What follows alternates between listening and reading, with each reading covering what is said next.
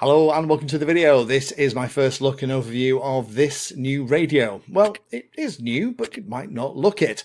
This looks like it could be a Jumper T16 or a Radio Master TX16, TX16S or TX16S Mark II. But actually, no, this is something called the HelloRadio V16. Now, at first glance, it absolutely looks like those radios, and there's a very good reason for that. So let me get into a little bit of the weeds and show you how it comes in the box, and then talk about a few of the features and what my thoughts are. To be able to talk about this radio, we need to cover a little context and history. Back about 10 years ago, a new little vendor called FreeSky took the case of a JR9303 radio and stuck OpenTX in it and released it and called it the X9D, or most commonly known as the Tyrannus. I still have mine and I love it, and it was a genuine game changer. Even though we overuse that term in the hobby, it actually was, and it really launched FreeSky's entire career.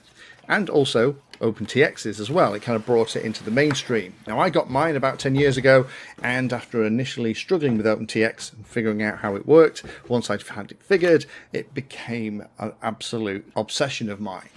Now, as time wore on, many pilots were looking for another game changer based on open standards, and lots of radios were coming and going. And then a group of individuals out there in China decided that they were going to use the FreeSky X10 radio as inspiration. I use that word advisedly because there are lots of different versions of this particular story. But what they did is they went away and they designed a brand new radio. That radio was going to run OpenTX, it was going to have a colour screen, it was going to be able to support touch and all those things, and it was released about 5 years ago as something called the Jumper T16. Initially, everyone was very excited about that, but there were really horrific quality issues with that T16. Lots of problems were due to the ribbon cables that were used inside, and that meant that there was lots of head scratching going on with that initial group of designers that had created this brand new radio. And also lots of discussion. From what I understand, the story goes that there was big disagreement between the two groups about how they should fix this. One group was very much about consistency and quality and testing. One group wasn't bothered, just said it's fine, we just bring out a new version that takes care of those problems. And ultimately that resulted in the developers of that T16 radio splitting and becoming two separate entities, and Radio Master is the other one in that group. So that means that Radio Master and Jumper both pretty much owned the design of the T16, and they went away and developed their own version, with Jumper continuing to develop the T16 and Radio Master bringing out the TX16. You remember there was a slightly different differentiation. They started to tweak and play with the designs, and that then means that we ended up with two people selling variants of the same radio. So it's interesting now to see that Jumper are no longer selling the T16. So how did HelloRadio come around? Well, it appears that Jumper may have sold their technical package for the T16 to this third party, and they have now taken it on and are now producing their version of that radio. Is that what happened? I'm not sure. All I know for sure is this absolutely didn't come from Radio Master. Radio Master aren't commenting on it, but I know they're quite annoyed. Now, this isn't a cheap radio, despite the fact that this, I think, is something that's been inherited from Jumper. And again, I'm guessing here, but its price point on places like Banggood is anywhere from £135 to £210, depending on the SKU. There's 2 or 3 different ones. And looking on Banggood on the cost of the Radio Master TX16S, which is a pretty mature, solid product at this point, you can either go for one just under £200 or one just under about £250, depending on what you want. However, a radio is an investment in the hobby, so my question mark here is, well, does this mean then that this radio has all of the experience that Jumper had, or is this just the technical package that somebody new has got and then bought the molds and the other things too and continue to produce the radio under another name? Now, it appears to be an ex-head engineer who previously worked at Radio Master that's behind all this. So they, I think, left a couple of years ago, so I imagine that is not helping Radio Master with their blood pressure.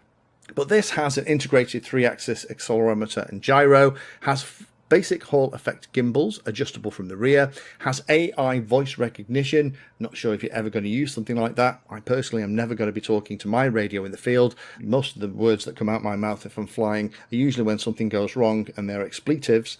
It has the LED color configurable gimbals, available in either 4-in-1 or Express LRS versions, and you can either get it as a V16 Pro or a V16 Max, and the Max has a carbon fiber housing and the metal gimbals. Radio firmware on here is HTX. It's going to be 16 channels. This is really a modern version of the Jumper T16. Module bay at the back. Size is 286 by 128 by 180 millimeters. The weight's about 750 grams without a battery. The blurb that I got when I got my hands on this were talking about some of the key features, so comfortable touch panel experience, a debugging port on the bottom of the radio, headphone jack at the bottom for easier connection to the headset rather than on the top. I personally prefer that. It means the cable, if you are wearing headphones, isn't draping over the front of the radio. Some changes to the LCD circuit design, which releases a little bit of CPU and memory. Support for common Bluetooth modules, so you can plug those in and share things around. Hardware dual serial ports used to communicate with external RF modules, which Radio Master's had for a while. 6 mode switches, which have been on here since the early days. Charging circuit will automatically stop the charging when the battery's there, and it also has a protection circuit as well to protect from reverse polarity connection of the power supply, which I really like. As I said, it does have a 6-axis gyroscope in here, which is actually a very handy thing to have. That's something that's been available on a couple of other radios, and I've played with it here. Handy for things like head tracking or pan control with something like a pan and tilt setup on a model. They've added intelligent voice interaction control. I'm not sure how that's going to work in any kind of noisy environment when everyone's talking around you as you're flying, but it's an interesting idea and does make me think that there have been a couple of tweaks. I don't know whether they were designed by potentially Jumper before the package was given to HelloRadio, or HelloRadio has taken the package from Jumper and then added some extra stuff to differentiate it from the things that have gone before. Now, we've seen how it can take a number of iterations with a radio like this before you get it absolutely solid, so that when pilots get it, it just works straight out the box. There aren't DOA or early life failures. Hopefully, whoever's behind this, if they're a chief engineer from Radio Master, they're thinking about all of that stuff. However, for a radio that's an investment in the hobby like this, customer backup and support is really important too. Being able to get hold of spares for when things break and that kind of stuff is really, really important. And maybe because this is probably such a close cousin of the Jumper version of this, and a distant cousin at this point of the TX16S from Radio Master, maybe some of those pieces like switches would work in here. But the thing that's given me pause about this is that when I was initially contacted about looking at this product, I asked some very leading questions, specifically about how involved HelloRadio were with key projects in the hobby, specifically things like Express LRS and HTX, because that's why I really like Radio Master, because those are heavily involved in those kind of projects, which means that code and technology works flawlessly on their kit. And there was a deafening silence. I'm guessing when you're starting out, you can't afford to throw time and resources around to get involved with that stuff, but that, for me, is a bit of a red flag. It does mean that my question marks are over the longevity of this product, the backup and support, and the integration with the products that we use in the hobby mean, for me, I would probably still be buying the Radio Master version. But I wish HelloRadio all the best and good luck with this. I'm sure there are people out there who will be really interested in having a play, but it just feels to me that this is the Jumper T16 with some bells and whistles on it and a new badge.